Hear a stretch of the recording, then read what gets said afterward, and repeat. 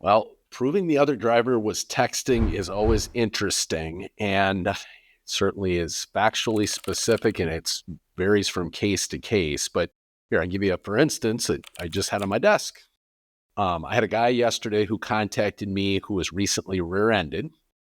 He was in a company vehicle, and the company vehicle had a video camera that took both front and rear shots. So the rear video he got from me showed the driver behind him weaving a lot back and forth.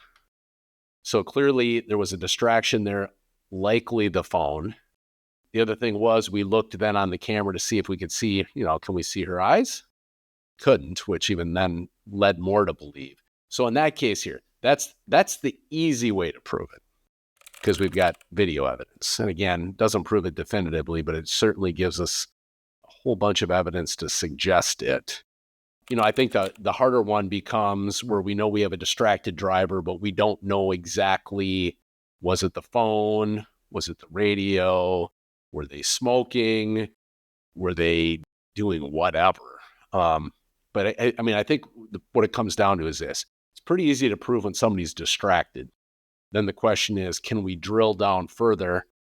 Cops don't always, not to pick on the cops, they're doing their best, but they don't always do what I think they should do, which is actually take the phone and look at it. And that gets into some tricky things too with, do they have probable cause and such, but it goes into the criminal side. But, I think the bottom line is this. You're always looking to try to find why the crash happened, and you're trying to dig down as fast as you can to try to figure out what evidence you may have that gets you well down the path.